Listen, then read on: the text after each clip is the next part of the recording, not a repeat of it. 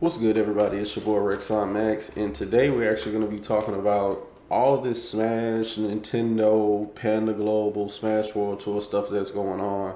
So, I'm sure if you've been online the last couple of days, especially on Twitter, you've seen it, you've heard about it. So, let's go ahead and get into it.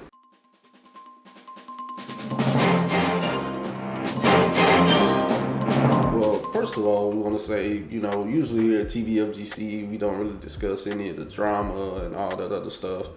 But with this situation, after researching, looking into it, and all that other stuff, this is really something that we feel like the community really needs to know about. As a community, we have to do our best to make sure that we stand together and make sure that the well-being of our community is really taken care of. And with this issue really hitting close to home, as we know, Panda Global is one of the brands that is very, very well into the FGC. And, Smash, whether people want to say that it's within the FGC or not, is still close to the scene. People run Smash events at really a lot of our major tournaments. So this is something that we really need to look into and get an understanding of and know who the people that we're working with to make sure that we can continue our community in the best way possible.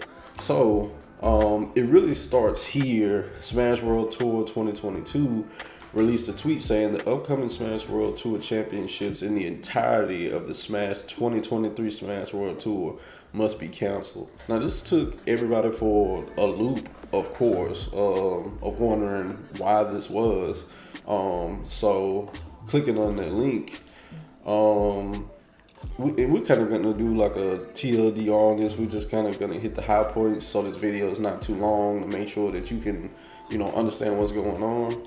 But the introduction highlight that it has right here says, without any warning, we received notice the night before Thanksgiving from Nintendo that we could no longer operate. This was especially shocking given our discourse with Nintendo the past 12 months. Since then, we have been working around the clock to take the proper steps logistically as well to prepare this statement for legal guidance. So going to the next part right here, hopping down so you can just get, a lot of the context. In November 2021, after the Panda Cup was first announced, Nintendo contacted us as the Smash World Tour to jump on a call with a few folks on their team, including a representative from their legal team. We truly thought we might be getting shut down, given the fact that they had a licensed competing circuit and partner in Panda. Once we joined the call, we were very surprised just to hear the opposite.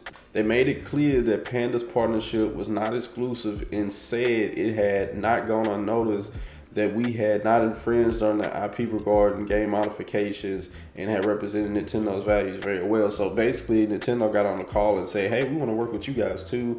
That stuff with Panda's not exclusive. We feel like two can exist at the same time. Two circuits can exist at the same time. So they had the call, everything was on and up, everything's looking good, they got trust in Nintendo. But then we hop here, it says, however, we quickly found that many organizers were concerned about joining up for the circuit in 2022.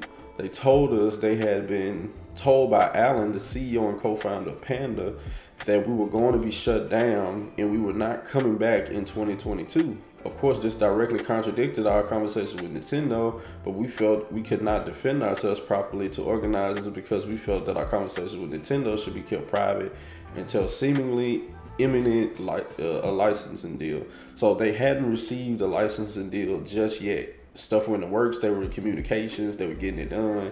But behind the scenes, they're saying that Alan, the CEO and co-founder of Panda, was saying that they were going to get shut down. They reached out to Nintendo. Nintendo said they were very sympathetic. They reminded them of all these talking points of their conversation and assured them that they didn't agree with what Alan was doing and they'd handle it.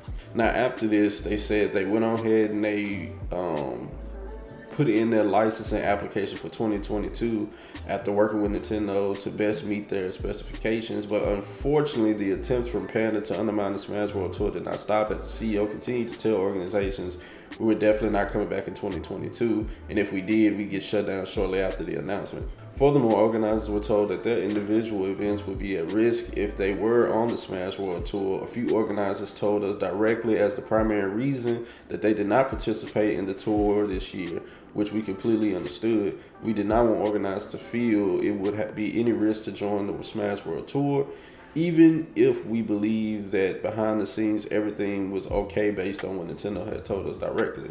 So they're at a point right now where they're getting it's hard for them to actually work with people based off, these rumors that they're hearing from, the CEO of Panda and all this other stuff. So people are hesitant to work with them. At this time, we kept in the loop with Nintendo of our announcement plans, but we understandably ran out of time for the formal license. Still, we relied on our other conversations with Nintendo and pressed forward with the 2022 World Tour. This caused our application to go into limbo, and that a decision could not be made at this time since we did not have the full scope of our proposal with Nintendo in advance. Again, we knew timelines were going to be difficult and that we were building something very long term. We discussed other approaches and ideas, and eventually Nintendo recommended at this stage to apply for a single event license for our December championships, which would also get the ball rolling to start working for 2023. So they basically said, hey, you won't get the license for anything before the championship, but apply for a single event license, and then the finals could be licensed. Around this time, Panda Cup began heavily recruiting events for their circuit. The CEO continued to tell organizers we would be getting shut down shortly, and also added that any events that participated in the Panda Cup would not be allowed to be on the Smash World Tour. At first, Panda targeted events that were not on the Smash World Tour, including those who did not join because of the aforementioned warnings. A few of these events had broadcast deals with a popular tournament broadcaster, Beyond the Summit.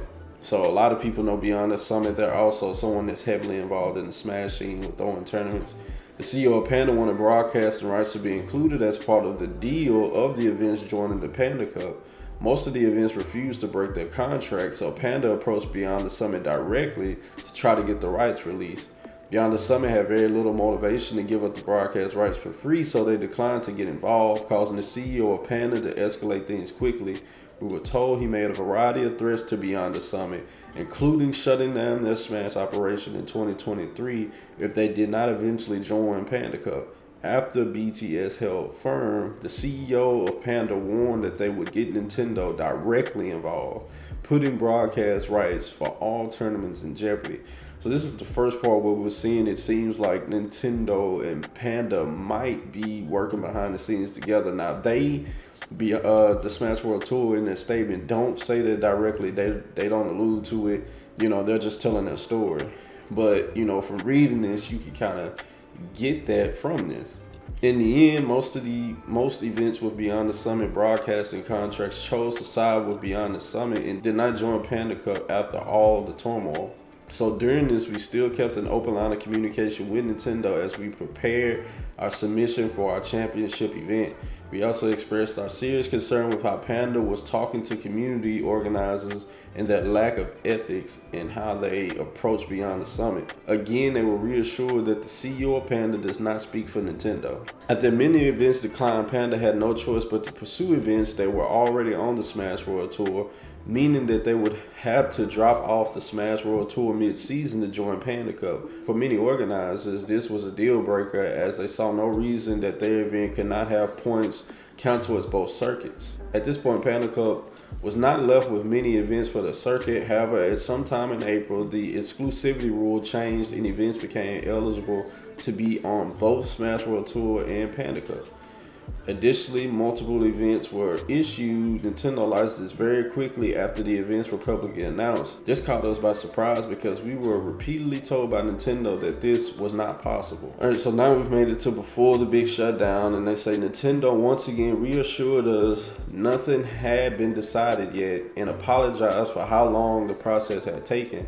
They also reminded us that the Panda Cup execution relationship and the behavior of the CEO were all under evaluation, and it created a very complex situation which Nintendo could not react to quickly. We were not able to reconvene with Nintendo again until November. nearly 7 months after our application submission. At this point, we were only 1 month out from the championships, and we pressed Nintendo a bit harder on how things were progressing. They said had been very complex issuing. They said it had been very complex issue navigating the planning for commercial licensing, but they were very empathetic to us feeling backburned, especially given the context of Panda's messy inception and execution. Finally, last Wednesday evening, November 23rd, we had our recent call with Nintendo. Our Nintendo rep opening by letting us know that they are being asked to deliver the news that going forward, Nintendo expects us to only operate with a commercial license and that we would not be granted one for the upcoming championships or any activity in 2023. So we see from all that, there was a lot going on. But basically, it's seeming like that Nintendo was kind of dragging them along for a while on if they were going to give them a license, while at the same time, Panda was apparently going behind the scenes trying to sabotage them within the community to get people to leave from their events and to come over to their Panda Cup, leave the Smash World Tour and come over to Panda Cup so that they could be, really it seems like the only ones who were doing anything of a kind of tour or circuit with Smash Brothers. And, it also seems like Nintendo never directly addressed them. Nintendo never addressed Panda and, seemingly made them stop doing what they were doing. It seemed like it kept continuing without anything from Nintendo. So it's a lot of things that could be taken from this. And I don't want to kind of throw out so much stuff, speculate so much stuff right now. Because one, we haven't heard anything from Panda right now. So we haven't heard their side of the story. And two, we've heard something from a Nintendo rep, but it was really only a quote, not nothing like a full out, statement. And we'll get to that also. But also, another thing that came out was the VG Bootcamp. And they released, a document talking about the uncertainty regarding their future. And from all these things, they said it's with regret that we announced that we must cancel both upcoming major VGBC Smash events, Glitch, Duel of Fates, and Double Down 2023. We will have more details in the coming days, but we needed to make an announcement as soon as possible. At the moment, our future is uncertain in regards to running major tournaments, but as of right now, based on our recent communications with Nintendo, we will be putting ourselves at further risk if we continue to with any of our current plans. So here we are again, more events from VGBC that, based on what they've heard from Nintendo, they need to stop running their events.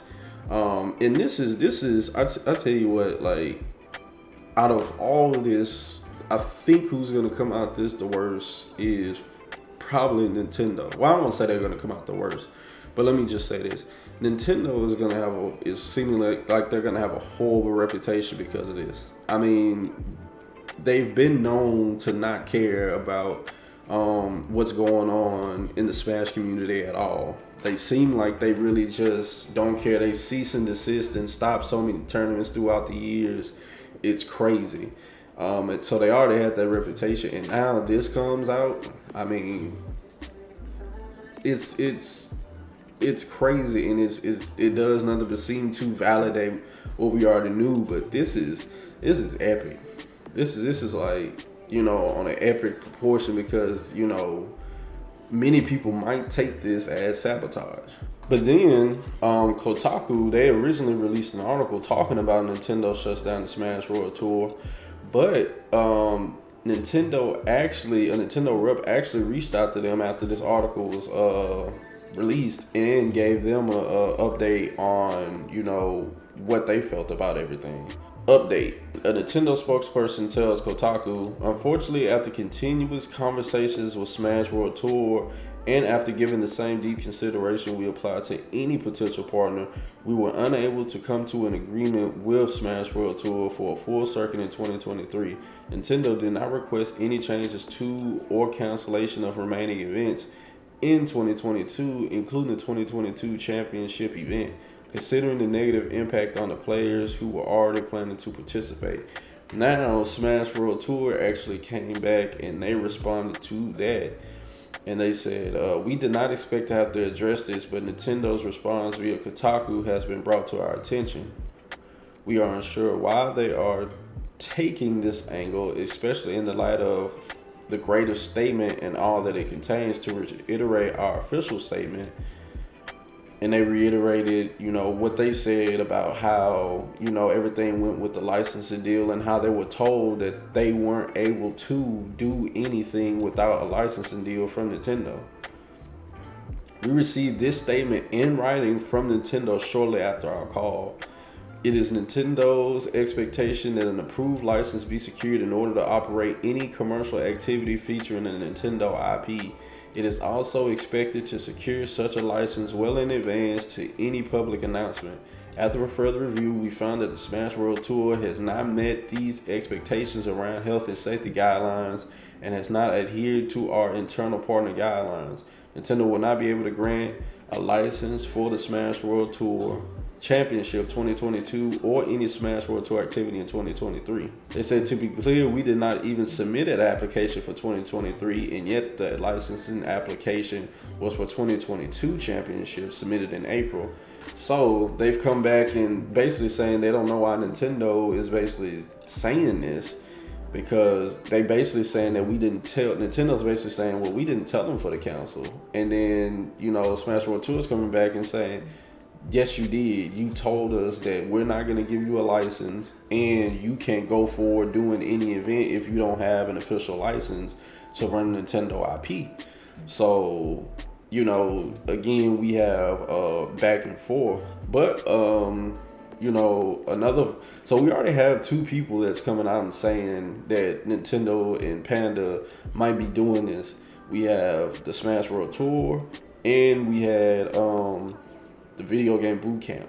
So we have those two, but we also had a video. Moist Critical actually put out a statement that he kind of had already heard about some stuff before there was even an announcement. And I did have a call with VGBC, like everyone on board, as well as SmashCon, that also echoed these same things about Panda in particular and how this all happened with the Smash World Tour.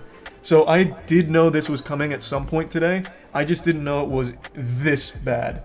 So you heard Morse Critical basically saying that he heard that some of the stuff was going on behind the scenes before this even came out. So at the end of the day, like this is terrible. Like I said, the FGC in itself needs to make sure that they see what's going on and understand what's going on, because one, Panda is someone that works very closely with the FGC. I mean, some of our top players are signed to Panda. With them being so close, like I said, like we need to know who we're working with. We need to understand these things and the stuff that's going on, these allegations. Now, once again, we're not saying who's in the right, who's in the wrong, whatever. But it's seeming like there is a lot of backing up of these accusations that's being said. Now, we still have to wait for Dr. Allen or Allen's from the CEO of Panda. We have to wait for his explanation. We probably want to wait further for, a more clear statement from Nintendo. But I mean, this stuff is definitely stuff that we need to make sure that we're being aware of, making sure that we know what's going on. And I don't want to, hop on it immediately and say Nintendo is horrible, Panda is horrible. But I mean, they definitely need to issue statements on this stuff that's being said about them. I mean, that's without a doubt. So yeah, FGC community, make sure you guys stay up to date with this. Make sure you're knowing what's going on. We kind of ran through the document. Make sure you guys go and read it to make sure you get you some clear understanding of what's going on. But yeah, so I really hate this. For what it seems like, it really seems like it's some backdoor bullying going on, and some well planned out sabotage. But yeah, you guys let us know what you think in the comments. This your boy Rexonmax. Peace out.